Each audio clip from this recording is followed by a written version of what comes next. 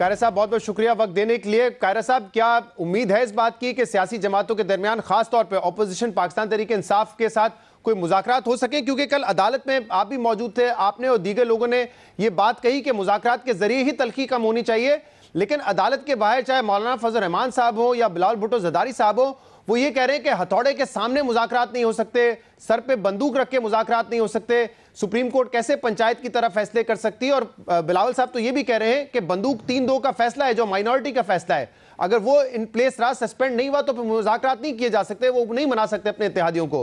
तो क्या कोई उम्मीद है बातचीत की इस माहौल में? फिर उस फैसले के बारे में नहीं कहा जा रहा, ये ऐसा नहीं है। पहली गुजारिश तो ये है कि सियासी तल्खी, इसमें कोई शक नहीं है, हम इस तल्ख माहौल में ही बेहतरी का सामान पैदा करना चाहते हैं। खान साहब ने बड़ी मेहनत से माहौल खराब किया हुआ है, बड़ा जोर लगा के, और हम काफी दिनों से अदालत के कहने से बहुत पहले जरदारी साहब ने, बिलावल साहब ने फ्लोर द हाउस भी कहा, जमात के अंदर भी डिबेट की, और हम इस मामले को हल करने के लिए कोशां हैं। इंशाल्लाह उसका रास्ता निकल आएगा, लेकिन अब रवैया इमरान खान साहब पे भी डिपेंड करेगा वो क्या इख्तियार करते हैं।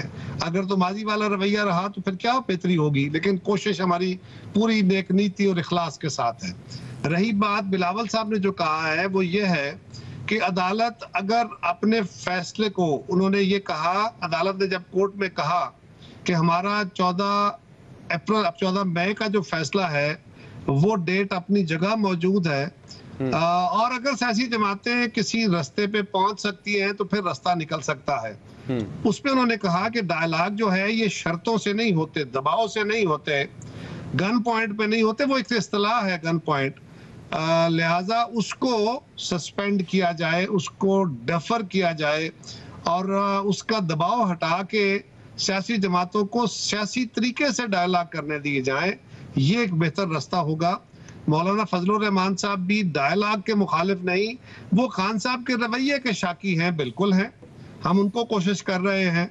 और अदालत को, हमने अदालत के अंदर भी गुजारिश की कि सियासी मामलात के अंदर अदालतें नहीं आए तो बेहतर है, क्योंकि जब जब माजी में सियासी फैसले अदालतों के अंदर हुए हैं उसके नुकसानात ज्यादा और फायदे कम हुए हैं। अभी भी जरूरत यही है।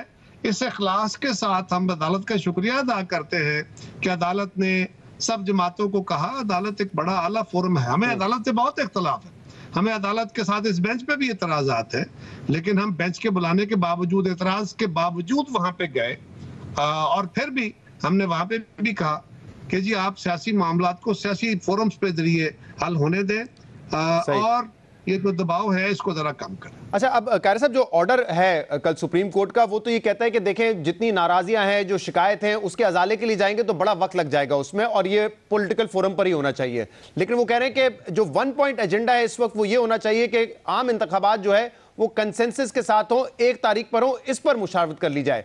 तो अब क्या 1 पॉइंट एजेंडा पे ही बातचीत होगी पाकिस्तान तहरीक इंसाफ के साथ? आप इखलास के साथ नियतन हमें बिल्कुल मुज़ाकरात में जाना चाहिए, अनड्यू हेस्ट भी नहीं होनी चाहिए क्योंकि उससे मुज़ाकरात खराब हो जाते हैं, और अनड्यू डिले भी नहीं होनी चाहिए, किसी वजह से इस मामले को डिले करने का बहाना भी नहीं बनाना चाहिए, ये बात भी दुरुस्त है। हाँ। लेकिन अदालत के रास्ते और होते हैं, और जो सियासी जमातों का आपस में मुकालमा होता है वो इस तरह नहीं होता कि आपने अपना माइंड अप्लाई करना है खाली और कानून के मुताबिक फैसला देना है। हाँ। हमने पॉसिबिलिटीज में से चीजें निकालनी है, लेकिन कानून के मुताबिक नहीं करना। यहाँ तो कोर्ट 2 बातें कह रहे हैं ना कि देखें आप मुज़ाकरात करें, लेकिन 14 तारीख का जो फैसला है, 14 मई की जो इलेक्शन की तारीख है, वो अपनी जगह पे इनफील्ड है। तहरीक इंसाफ भी ये कह रही है कि मुज़ाकरात हम करेंगे लेकिन सुप्रीम कोर्ट की निगरानी में ही करेंगे, यानी कि ट्रस्ट डेफिसिट शायद ये पाकिस्तान तहरीक इंसाफ को भी कि अगर कोर्ट मामला टोटली सियासतदानों पे छोड़ दे तो फिर ये मामला तूल पकड़ जाएगा और फिर वो 14 तारीख भी निकल जाएगी और कुछ नहीं होगा। फिर देखिए, दोनों अतराफ को ये बात समझनी चाहिए। हमें तो इस बात का भरपूर अंदाजा है, पीटीआई का प्रॉब्लम ये है कि उनका तजर्बा ये नहीं है। माजी में जब जब अदालतों ने सियासी मामलात में मुदाखलत करके कोई फैसला दिया है, अदालतें मुतनाज़िया हुई हैं, अदालतों के ऊपर प्रॉब्लम आए हैं। अभी हाल ही में देखिए ना जो फैसले आए हैं, उसके ऊपर सिर्फ हम ही नहीं, अदालत के जज साहिबान, वकला, सियासी जमातें, मीडिया, सब लोग उस पर मोतरज हैं। इसलिए हम कह रहे हैं कि ये रास्ता जल्द निकलेगा हम आपस में बैठेंगे। ये सियासी कुव्वतों का काम है, उन्हें करना चाहिए। और कारी साहब कोई मीटिंग तय पाई इस हवाले से, क्योंकि अटॉर्नी जनरल और फारूक नाइक साहब ने कहा कि पीटीआई की लीडरशिप से हमारी बात हुई है, 26 तारीख को हमारी मुलाकात होनी है। कोई किसी से बात हुई? क्योंकि कुरैशी साहब तो कह रहे हैं कोई हमें पैगाम किसी का नहीं आया। देखिए, कल इसकी वजाहत कर दी गई अदालत में। अगर अटॉर्नी जनरल ने कहा है तो उसका सबूत साथ है। असद कैसर साहब से बातचीत हुई। असद कैसर साहब के साथ बाकायदा टाइम लाइन रखी गई, कौन कौन सी टाइम पे बातें हुई है, वो सारा रिकॉर्ड मौजूद है। असद कैसर साहब उससे इनकारी नहीं है। ये कल हुआ है ये कल दोपहर को 1:00 पे असद कैसर साहब से अयाज सादिक साहब की बात हुई। उसमें हम 5-6 लोग बाकी भी बैठे हुए थे। उनको बताया गया कि आप स्पीकर पे हैं और उन्होंने कहा कि हम इस मामले में इकट्ठे हैं, 26 तारीख को मिलते हैं।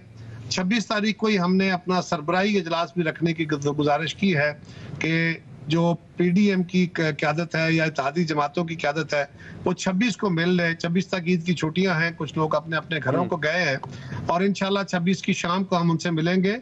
उसमें फवाद चौधरी साहब की स्टेटमेंट आई, उस पर भी हमने उनको वजाहत की तो उन्होंने कहा ये पहले की स्टेटमेंट है।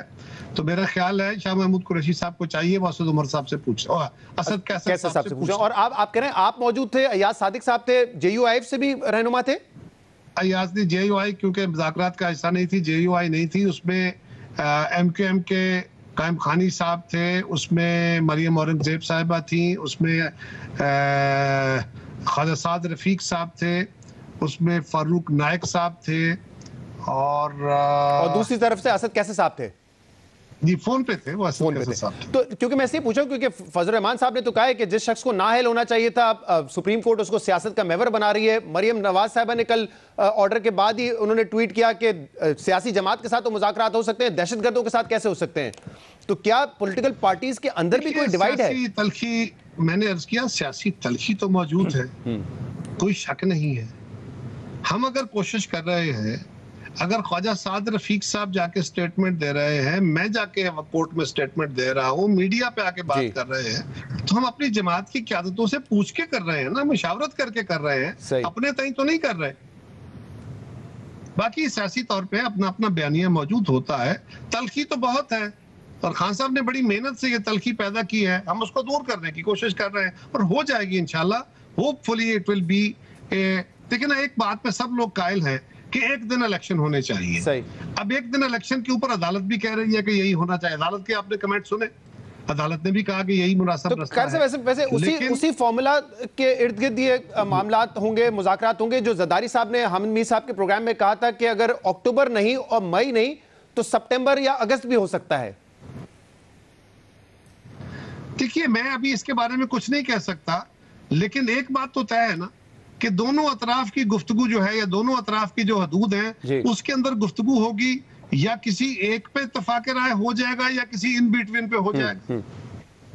ठीक। और अगर कारी साहब लेट्स सपोज, क्योंकि आप खुद कह रहे तलखी है, हम सब देख भी रहे, कोई मुज़ाकरात नतीजे पे नहीं पहुंचते तो क्या 14 मई को पंजाब में इलेक्शन हो जाएंगे या होते हुए नजर आ रहे हैं फिर आपको?